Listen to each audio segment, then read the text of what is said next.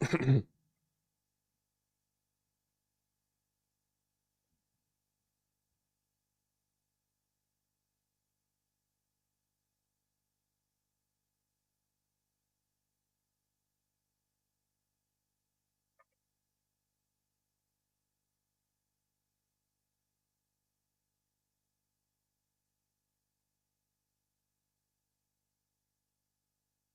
good morning everyone, my name is Lalit Soni and you are watching Indian Express. Here on this program by Drishti IAS, we will be talking about the Indian Express newspaper. So let's start with the discussion. We will be seeing the you can say practice question first, and then we will be going to the fact of the day, and after that constitution amendments we will be talking about. And we have taken these important articles over here, that is your Supreme Court slams bulldozer action, systematically important banks, and the new Department of Government Efficiency in USA under Elon Musk. Okay.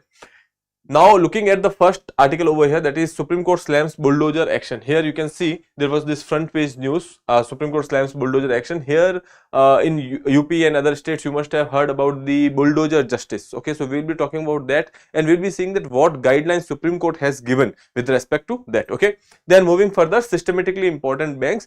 RBI has again named 3 systematically important banks, so we will be talking about that. Okay, and we will be seeing what is this category, systematically important banks, and there is this domestic systematically important banks. Okay, so we will be discussing about these 3 banks over here, because these domestically systematically important banks are basically, you can say, the names are given by the RBI over here. Okay, then moving further, there are new Department for Government Efficiency in USA under Elon Musk. So you know that under the Trump's campaign for elections, most important backer, you can say, that was basically Elon Musk, and he has been given a new department under his administration. So we will be talking about that. Okay, so these are the news from your today's front page, which we have already taken. So we will be going for the detailed discussion over there. Now we will be starting with the practice question which was given to you in the previous lecture, that is, where is the COP29 climate conference being held in 2024? Paris, France; Baku, Azerbaijan; Glasgow, United Kingdom; and New Delhi, India. So option B is your right answer. That was a factual question, so there is nothing much to discuss. This conference is still going on. It will be continuing till 22nd of November, and we will be having some kind of discussion after that. Once all of the discussion are done over there, and whatever will be the outcome, we will be discussing that, because that will be important for our examination. Okay, so right now we will be giving some passing references to COP related articles, and in the end we will be discussing the altogether outcome of the COP29. Okay, so I hope that is clear. Before moving further, we are having GS Foundation course for prelims as well as mains in English medium at our offline centers, that is Delhi. 26 November it will be commenced. Okay, so you can directly visit the center, or you can call on this number, that is 8010440440 for your any kind of query which you have in your mind. Okay, and before moving further, please subscribe the channel. Now let's start with the discussion. Facts of the day. Now we will be talking about here Sagar. Sagar is an initiative, or you can say, when we talk about the maritime security and the neighborhood policies, we have this initiative, that is Sagar, security and growth for all in the region vision. Okay, so we have this Sagar vision.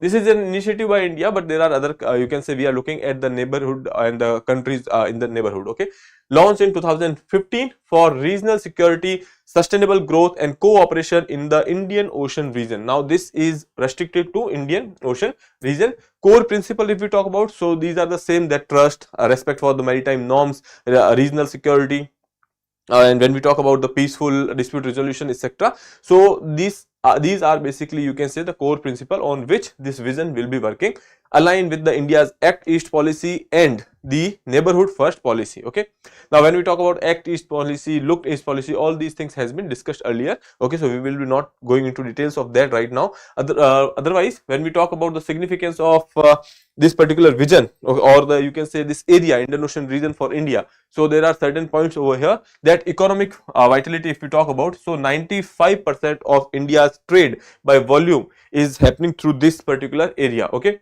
second is 68% of the trade by value. By value and volume, these are two terms which we use with respect to the maritime trade.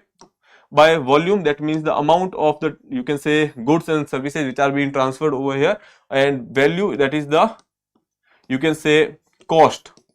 Okay, So that is about the two factors over here. Then strategic leverage, when we talk about this region, controls key maritime choke points such as Strait of Malacca, boosting the trade security. When we talk about this Strait of Malacca, that is important because most of China's trade is passing through this particular area, and whatever our trade is there with the ASEAN countries, that is also passing through this area, that is Strait of Malacca. Okay. Moving further, defense shields enhance naval security against the piracy and the threats. Then regional influence, strengthening India's role in the South Asia and the Indo-Pacific region.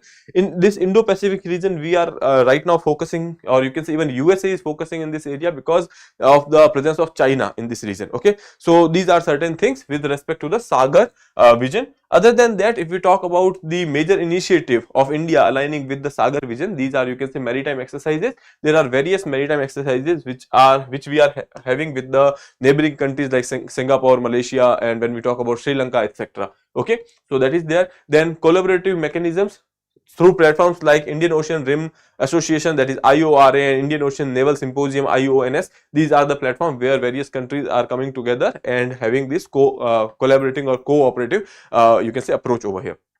Then Project Mausam. If we look at the monsoon related aspects or the rainfall related aspects, so this is related to that. Explore how monsoon will influence the Indian Ocean interactions, spreading knowledge, traditions, technologies, and the idea along maritime routes. Okay.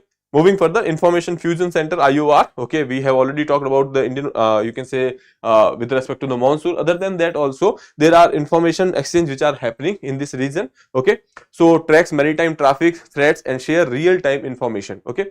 Now, other is that integrated coastal surveillance system we have, that is with respect to the coastal radar system in Indian Ocean countries. Example, Maldives. You know that with Maldives we are having various kind of ties which are there, even with respect to the disaster management, etc. We are having ties with Maldives. Okay, so we have integrated coastal surveillance system. Okay, then naval partnerships with the countries in the vicinity like Seychelles, Maldives, Sri Lanka, etc. We are having these naval ties over there. Port infrastructure and projects, so we are developing ports and infrastructure. When we were talking about the India and Maldives issue, we have said that India is spending a lot of money in Maldives with respect to the port infrastructure. Okay, so that is their disaster response and the humanitarian aid. There are various mission, there are various exercises which has happened for the disaster preparedness. Okay, Mission Sagar 2020, then Operation Need, MV Wakashio oil spill which has happened in 2020, in that also India has played important role. Okay, MT New Diamond fire incident 2020 that has happened, and all these kind of incidents which are related to disasters, and for that also we are having some kind of initiatives. Okay, so these are certain initiatives which you can mention in your answer writing with respect to the Indian Ocean region, our role in Indian Ocean region, what is Sagar vision. Okay, all these things you can mention over here. Now we can move further to the Constitution Amendment section, wherein we will be talking about the 50th Constitution Amendment Act 1984. So here you can see 50th Constitution Amendment Act 1984 empowered the Parliament to restrict the fundamental rights of a person employed in intelligence organizations and the telecommunication system set up for the armed forces or the intelligence organization. So basically, if there is someone who is employed in the intelligence organization or wherever we are having this communication setups which are there in the armed forces or the intelligence organization, such people have some kind of restrictions on the fundamental rights. When we talk about Article 33, 34, these are also specifying some kind of restrictions on the fundamental rights. And with the 50th Amendment Act, you can say this category of people who are employed in the intelligence organization and the telecommunication system set up for the armed forces, etc., they are also having some kind of restrictions on their fundamental rights because of the considering the national security in mind. Okay. Then 52nd Amendment Act. Now this is important for you because with this Amendment Act we have come up with the 10th schedule. When we talk about the 10th schedule, in that you know that there are certain disqualifications which are mentioned, and on the basis of that we have this anti-defection law. Okay, anti-defection law which is there, and this is to restrict the Ayaram Gayaram politics. Okay, what is Ayaram Gayaram politics? a person or the members from one political party crossing the floor or getting into another political party after elections. Okay, so these things can destabilize the government, okay, and that can lead to the dysfunctioning of the developmental project, etc. Okay, stability of the government can be challenged over here. So that is why we have come up with the amendment wherein the 10th schedule has been introduced in the constitution, which is talking about some kind of disqualifications, on the basis of which we have this anti-defection law. Okay, so now it is not very easy to change the party post elections. So that is there. Now here you can see, provided for the disqualification of members of parliament and the state legislature on the ground of defection, and added a new 10th schedule containing the details in this regard. That is what 52nd Amendment Act does. So please remember that with respect to the introduction of 10th schedule, we have 52nd Constitutional Amendment Act of 1985. This is quite important for us. Okay, so with that we will be starting our newspaper discussion today. We have gone for the revision, we have talked about all these things. Now let's see. Now this already we have discussed, this is the yesterday's slide, so this is of no use for us. Now starting with the first article, that is Supreme Court slams bulldozer action, list demolition rules, warns official, executive can't be judge, hold and accused guilty, demolish one's property. So here Supreme Court under Article 142, okay, Article 142 of the Indian Constitution, for the full and complete delivery of justice, Supreme Court can go for giving some kind of directions to the government officials, etc. Okay, so under that particular article, or using that particular article, here Supreme Court has given some guidelines with respect to the bulldozer justice. When we talk about the bulldozer justice, the term is you can say frequently used when the accused of some kind of offenses has been given you can say direct decree by the executives, and executive has gone for some kind of demolition of the you can say properties of these people without approaching the courts, etc. So here executive has taken you can say judicial role in on their own hand. Okay, so basically here Supreme Court has said that this is against the rule of law, this is against the separation of power, so you cannot do that. Okay, so this is not a job of the executive to decide whether a person is accused or not, and to go for the demolition without giving a fair chance of hearing to that particular person.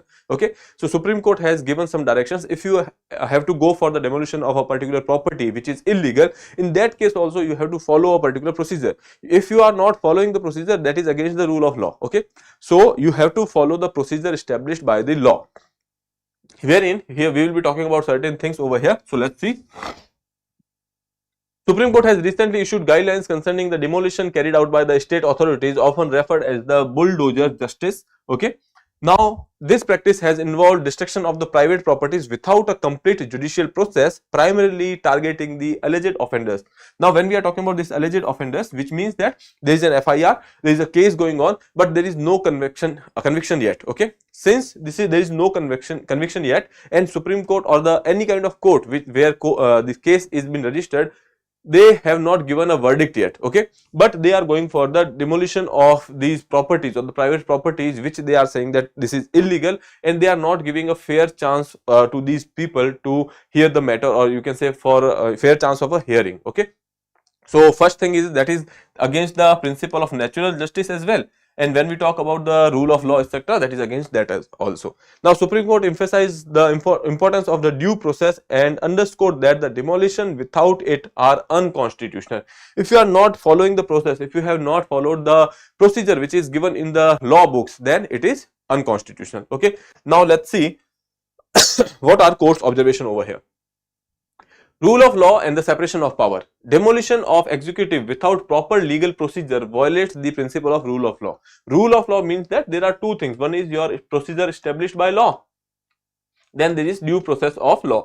Now you have to follow both of them, because when we talk about the letter, we are following the procedure established by law. But after the Minerva Mills, it was made clear that in spirit we are also following due process of law. So basically you have to follow the due process of law over here before going for any kind of executive action. So that is, if you are not following that, that means that you are going against the rule of law. So that is the first, you can say, argument which has been observed by the Supreme Court. Second is, determining guilt is the judicial function. Okay, if at all a person is having some kind of he must have committed a crime, okay, you are sure of it, but still the court will decide on the matter. You will not take law in your own hand. Okay, so when you are taking this kind of actions with respect to the bulldozer justice, etc., and considering that there is this alleged criminal which is there, and he is having this illegal property, and you are demolishing that, or you are specifically targeting that particular person because he is under custody or he is allegedly a criminal,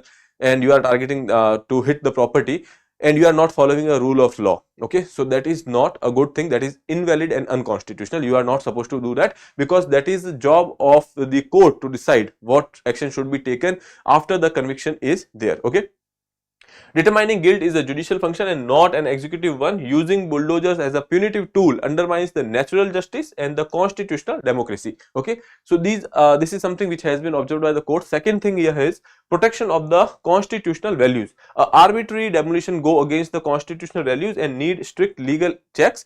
Government officials involved in the unauthorized demolition should be held accountable for the abuse of power. Okay, so these are the observation which has been you can say put forward by the Supreme Court. Here one more thing is that Supreme Court has given some kind of directions. Okay, and that direction has been given under Article 142 of the Indian Constitution. Okay, so first we will be seeing that there should be a show cause notice. That first, when you realize that there is some kind of illegal activity which has happened, illegal construction which has happened, then you have to give a show cause notice, and 15 days you have to give for the response. Okay, you have to give 15 days for the response. Now notice should be given in the form of, you can say, by the post or the mails, etc. Notice should be sent by the registered mail and the posted on the property. Okay, so you have to put it on the property so that it you can say a clear notice has been given to the parties over here. Then individuals can appeal after the receiving the demolition order. So once the demolition order has been received or the notice has been received, okay, now you can go for the appeal. Individual or the person who has been accused of the illegal construction, that person can directly go for the appeal over here. That you can say that there is a right to appeal as well. Okay, second thing is that non-appealing individual should be given enough time to the vacate. Now if there is a person who agrees that this was the illegal construction, now I'm not going for any kind of appeal, but that particular person should be given some reasonable time to vacate the property over here. Okay, because there are chances that there are person might be living over there. In that case, you have to give some time to vacate the property. Okay, then affected individuals has right to personal hearing. Okay, now there is a person who thinks that he should be given a fair chance to present his case, so there is a right for the personal hearing as well. And after hearing that particular both side of both the parties, the final order must clearly state the reason for the demolition and consider the alternative actions as well. Okay, so after hearing both the parties, you will go for the final demolition order. Now once the demolition order is given, there are also some directions which has been given after the giving the final demolition order. So once you have been given the demolition order, you will be given a time of 15 days. Okay, 15 days before the enforcement. In those 15 days, you can go for another appeal to the higher court. Okay, so that is there. 15 days enforcement will be there, and before enforcement you have to give 15 days at least. Okay, second is digital portal access. Now these orders should be put on the digital portals as well. Okay, so let's see over here. Demolition order can only be enforced 15 days after the issuance to allow person for the appeals. Order should be posted on the digital portal for public access. Only unauthorized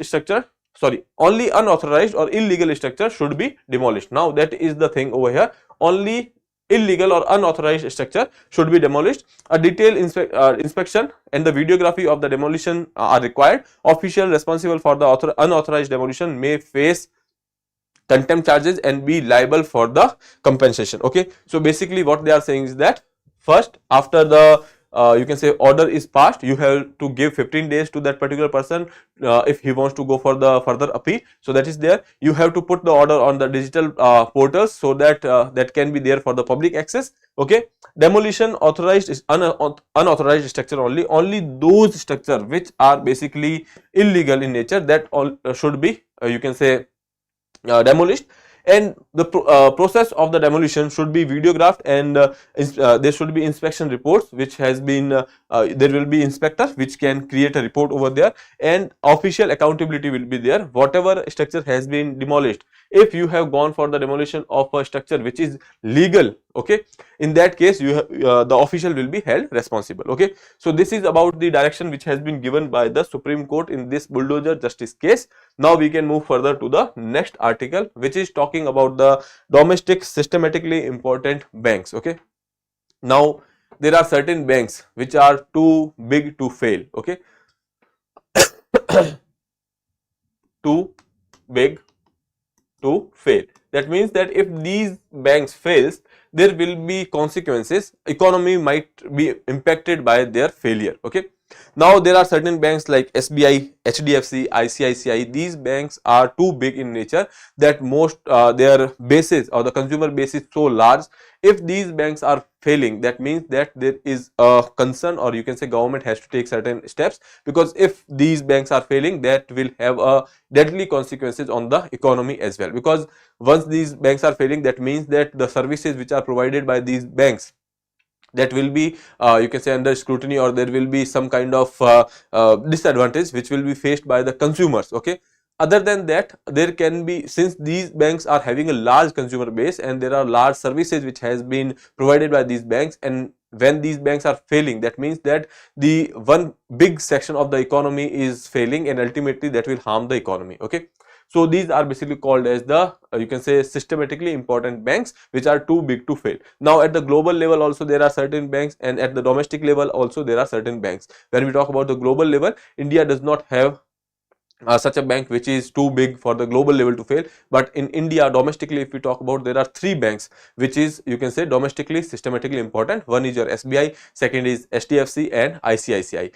Now these are kept under different buckets which we will be talking about later, but you can say significant there are the significance at which these banks are kept, that is different. But the thing is, these three banks are too large for us to fail. Okay, now since these are too large to fail, government has to give some kind of external push to these banks. If there is some kind of you can say if these banks are having some kind of trouble, okay, in that, or they are in some kind of crisis, government will infuse money, government will provide support. Okay, now since these banks know that they are too big to fail, they are systematically important banks, and that is why government is supporting them in case of any kind of crisis, so their risk taking ability increases. Okay, now what happens is that they know that if they are defaulting on some certain section of the services, in that case government will come for their rescue, and that is why they will not be much worried about this thing. So ultimately what happens is that ultimately increase the risk. Okay, now let's talk about the article over here. Reserve Bank of India retained State Bank of India, HDFC, and ICICI Bank as domestic systematically important banks. These are the three banks which you have to remember. Then systematically important banks are perceived as the banks that are too big to fail, and their continued functioning is crucial for the uninterrupted availability of the essential banking services to the real economy. Okay, so these banks are something which are too big to fail, and there are various services which are important for the economy, and that is why we cannot afford to lose these banks. Okay, SBI and the ICICI as the domestically systematically important banks in 2015 and 16. So this is the first time they have been put under this category, and after that in 2017 HDFC was also included along with these two banks. Okay, so that is the concept. You can say that as per you can say 2015 and 16 is the year when SBI and ICICI was added, and after that in 2017 HDFC was added. Okay, now why have DSIBs has been created? So as I told you that some banks are too big to fail, some banks are having so large consumer base that we cannot afford to that if they are having some kind of crisis. So to make sure that these functions in a better way, we have come up with the idea of the domestically systematically important banks. Some banks, due to their size, cross jurisdictional activities, complexity, lack of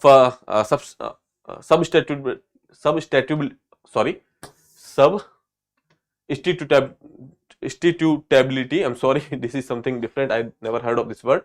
So when we are talking about, you can go and check this word. Okay, then interconnectedness. Okay, Now these banks are having some kind of cross jurisdiction. That means that they are in the various sectors. Okay, these banks are having a size which is too large. Other than that, also here you can say interconnectedness. Okay, these are having interconnectedness with various services, with other when we are talking about the corporate banks, etc., corporate sector, etc., most of them are having loans from these banks. So there are various sectors which are dependent on these banks. Okay, so that is there. Now they become the systematically important.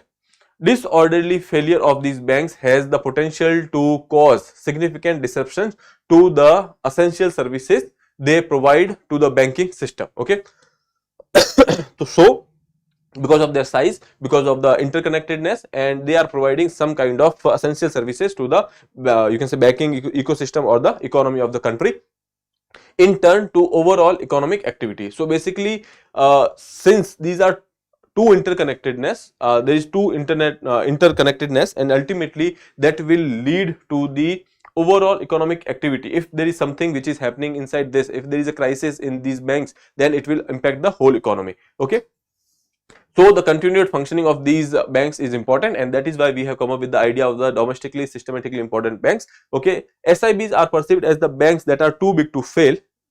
This perception of the TBTF creates an exception for the government support for these banks at the time of the distress. As I told you, if there is a distress, government will come for the rescue of these banks. Okay, and because of which they enjoy some kind of advantages, enjoy certain advantages in the funding market. And here you can see, however, perceived expectation of the government support amplifies the risk taking, reduce the market discipline, create competitive distortions, and increase the probability of the distress in the future. So basically what is happening is, they are, if you are having some kind of support, you know that government is backing you, that means that you can take more risk. Okay, they are of this opinion that they can take more risk because government will come for their rescue, and that ultimately increase the, you can say, ability to go for the probability of the distress in the future. Okay, require that the SIB should be subjected to the additional policies. Now we know that they can go for the more risk taking because of the government support. So there is a regulatory provisions that should be there. Okay, so that is why they have created a bucket list. Okay, under that particular bucket list, there are certain requirement of creating some kind of buffer, and in different category of the buckets you have to create different buffers for the capital, etc. Okay, so that is there. Now how DIBs are selected? So there is a two-step selection process. First they will create a sample of the banks. Okay, sample of the banks means that the you can say out of the all the banks which are there in the country, they will create a pool of the banks which can be considered as the systematically important banks. So they will be creating a sample. For that, they will not go for taking smaller banks, because obviously if you are going for the smaller banks, then you have to go for the, you can say, some kind of calculation, some kind of procedure which has to be followed. That will make it hectic, because we know that smaller banks are not in that category. So we will be you can say, we will not be considering that. And after, once you have created a sample of these banks, okay, then you will be going for the complete study of their and compute their systematic importance. Okay, once sample is created, for that bank you will be calculating the systematic importance. There are various indicators on which you will work, and ultimately you will decide which banks are systematically important. Okay, so let's see. Two-step process is there. Systematically you have to decide for the systematic importance. For that, what you will do is, first you will create a pool or the sample of these banks. Systematic importance of all the banks need not to be computed, as many smaller bank would be of lower systematic importance and burdening these banks with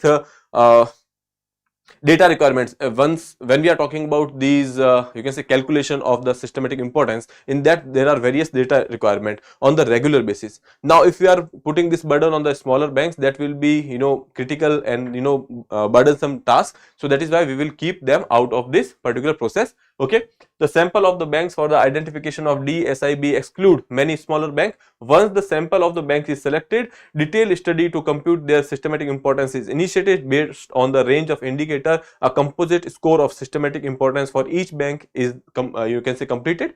And after that, there will be a threshold which will be created. Let's say you are ranking them on the score of 1 to 1000, and now you are considering that 800 is the threshold. If the score is more than 800, that means that that bank will be systematically important. Now right now we are having 3 banks which are put in different buckets. When we talk about these buckets, so here you can see banks are allocated different buckets based on their systematic importance score. RBI has placed SBI in bucket 4, HDFC in bucket 3 and ICICI in bucket 1. When we are talking about these 3 buckets, that means that they are having different category of importance, and they will have different category of you can say capital requirement. Capital requirement means that you will be like the normal banks have SLR, CRR, etc. So there will be a capital requirement for which, let's say for SBI, there is 0.8% of the your risk, whatever you can say assets you are having. Okay, so with respect to that, you are having this 0.08% of the risk weighted assets.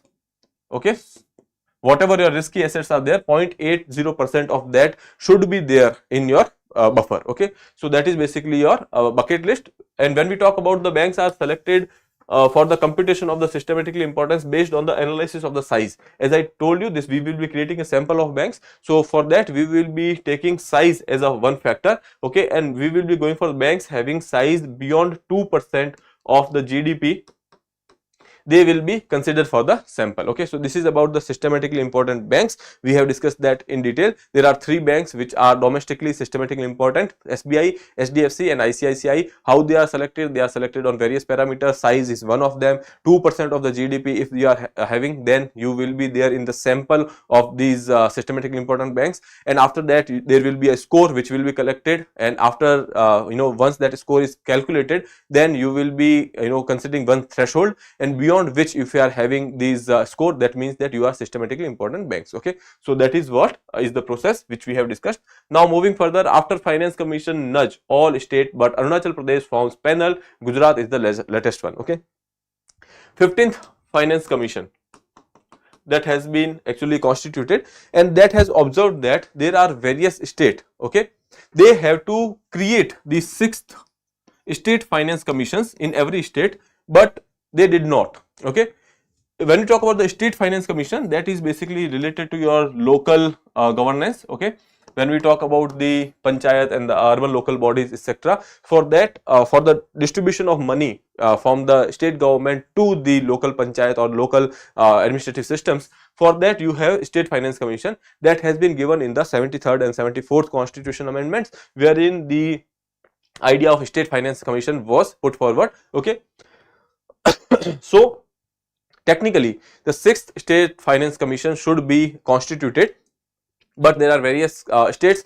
which are stuck up to 3rd and 4th one. There are states who did not even initiate the process. So considering that, the you can say finance commission, 15th finance commission has observed that, and they have directed all the states that if you are not going for the formation of the state finance commission, then they will not be getting grants from the 2024. Okay, so that is there. Let's see. After being nudged by the 15th Finance Commission, all state except Arunachal Pradesh have state finance commission SFCs in place.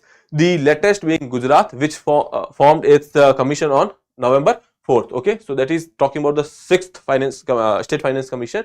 The 15th finance commission formed in 2017 took serious note of the delay over the constituting the state finance commission in its report in 2020. Okay, now when we are talking about the recent one is your 16th finance commission. When we talk about this 15th finance commission, that is 2017 to 2022, that was the tenure, but you know that because of the certain things, the tenure was extended for some years. Okay, now we are having a 16th finance commission. The composition has been put forward by the government. Now in when we are talking about the 15th finance commission, they have come up with the report, and in that report they have said that recommended that those states which did not comply with the constitutional provision in respect of the state finance commission, constitutional bodies at the state level would not be released grants after March 2024. Okay, now considering that there are various states which has gone for the creation of the state finance commission, Gujarat being the latest one, and the Arunachal Pradesh did not form such commission as of now. Now Article 243I of the Constitution, that is basically talking about these you can say constitutional bodies. The governor shall, as soon as may be within 1 year from the commencement of the constitutional, that is 73rd Constitution Amendment Act 1992, and thereafter at the expiration of every 5th year. Okay, so basically they have said that the term of the State Finance Commission is 5 year. It was said that after 73rd Constitutional Amendment Act, you have to create a finance commission, state finance commission, within 1 year. Okay, and after that expiry of every 5 year. Okay, so let's say within 1 year, that means that 1993 you have to create first, and then 1998 and so on. Okay, after every 5 years you have to create a state finance commission. Some state has done that, some state did not. Okay, so at the expiration of every 5th year, constitute a finance commission to review the financial position of the panchayats and to make recommendations to the governor as to the principle which should govern the distribution between the state and the panchayats of the net proceeds of the tax, duties, tolls, fees levied by the state. So basically whatever financial revenue is there, so for the distribution of that we need to have a state finance commission. Okay, setting up the 6th state finance commission due in 2019-20 for all state. Some of them has formed and some are still stuck on the 2nd and the 3rd state finance commission. So since this particular notification was out that they will not be getting any grant after 2024, that they have gone for the creation of the, you can say, finance commissions. Okay, now here you can say Article 243I of the Constitution required state finance commission to be appointed at the expiration of the every 5th year. All state government transfer to local government should be governed by the mandate of a current state finance commission. So state finance commission will decide how much amount of money should be given to the panchayats over here. Okay, most state governments did not constitute them in the time and did not give due importance to strengthening the crucial constitutional mechanism. I hope that is clear. This is about the state finance commission. Now what is your homework is that you will go and read about the finance commissions. Okay, what is the recent one? That is 16th finance commission. Who is the chairperson, I would say. Okay, so that you can go and check. Now moving further to the next one, that is countries begin from scratch on finance stocks. Yesterday we have talked about the COP16 and we have seen that there are two issues. One was with respect to the contribution goals. Okay, and second is the NDC. First was related to your NDCs, that is basically the initiatives or the efforts by various states. Okay, and what is the gap. Second was related to your climate financing. That was the big issue. They have said that they will be talking about that they will be creating some kind of fund and that fund should exceed more than 100 billion US dollar. But today it was seen that countries begin from the scratch because they could not come on a conclusion. Now they will be seeing that the developed countries are saying that when they have come up with the idea in the from the Kyoto Protocol or the Paris Agreement, etc. So there are various other countries which are also responsible for the emissions. So they should also be part of the fund generation. Earlier it was said that the fund of rupees 100 billion US dollars should be raised by the developed countries. Okay. Now they have said that the requirement of fund is much more than the 100 billions, and that is why the countries, the other countries which are well to do, they should also come forward and invest in this particular fund, or you can say contribute to this particular funds. Okay, which are these countries? So here they have said that the countries which are having you can say national income over 52,000 US dollars, they should also be part of the fund generation, like UAE, Qatar, Singapore, etc. Okay, so these are some countries which are there. So ultimately you can say they are saying that they will be going for the, you can say, climate financing from scratch. Okay, so that is something which has happened recently, and we will be waiting for the final outcome of the COP26 to discuss that in detail. Okay, now moving further, from the IR's point of view, Trump picked Musk 5 areas where their bond will be tested. Okay, you can say when we are talking about the Elon Musk, he was the person who has backed the campaign of Donald Trump financially, and he was the one of the most important campaigner over here. Now US President-elect Donald Trump has picked Elon Musk, the world's richest man, to be you can say leading a new department, that is Department of Government Efficiency, that is DOGE, Dodge. Okay, and this is the term which is taken from the Dogecoin, which is a favorite, cryptocurrency of Mr. Musk. Okay, so basically, please remember this term, that is Dogecoin, okay, which is a cryptocurrency.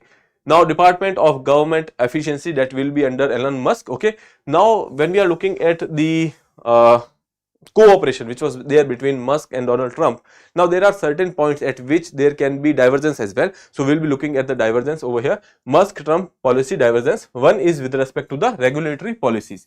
Now you know that when we talk about the imports and you can say relations with China or the import duties, etc., Mr. Musk will have a different opinion, and Donald Trump, being the part of the government, might have different opinions. Okay, we will be seeing that in details.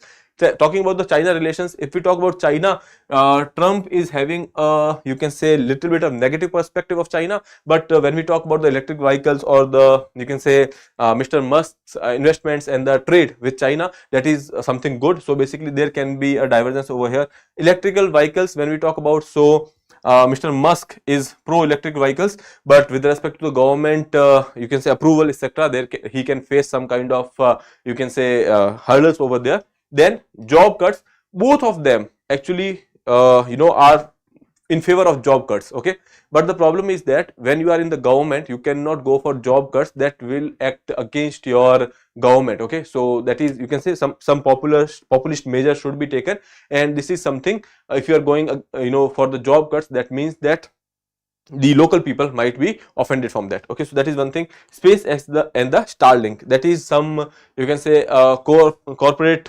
functioning institutions are there, that is SpaceX and the Starlink, but Mr. Donald Trump would want them to work for USA's strategies, or you can say strategic to create a strategic hegemony of USA. Okay, so these are certain things. Here we can talk about that in detail. China relations, Trump has a hardline stance on China, while Musk's companies, especially Tesla, have strong business ties there. Okay, so that is the place where interests are diverging. Then electric vehicles, as I told you, Musk's EV interest align with the incentives to reduce the emissions, but when we talk about the, he is talking about the reducing the emissions. When we talk about Donald Trump, you know that we do not, we are aware that Donald Trump does not have a very good instance with respect to the climate change and the climate related policies. He have actually gone out of the Paris Agreement as well. He has said that. Okay, so Trump's approach to environmental regulation has been inconsistent. Then moving further, SpaceX and the Starlink, Trump may urge Musk to expand Starlink's reach to serve USA's interest abroad and creating a potential foreign policy complexities. Okay, so that is there.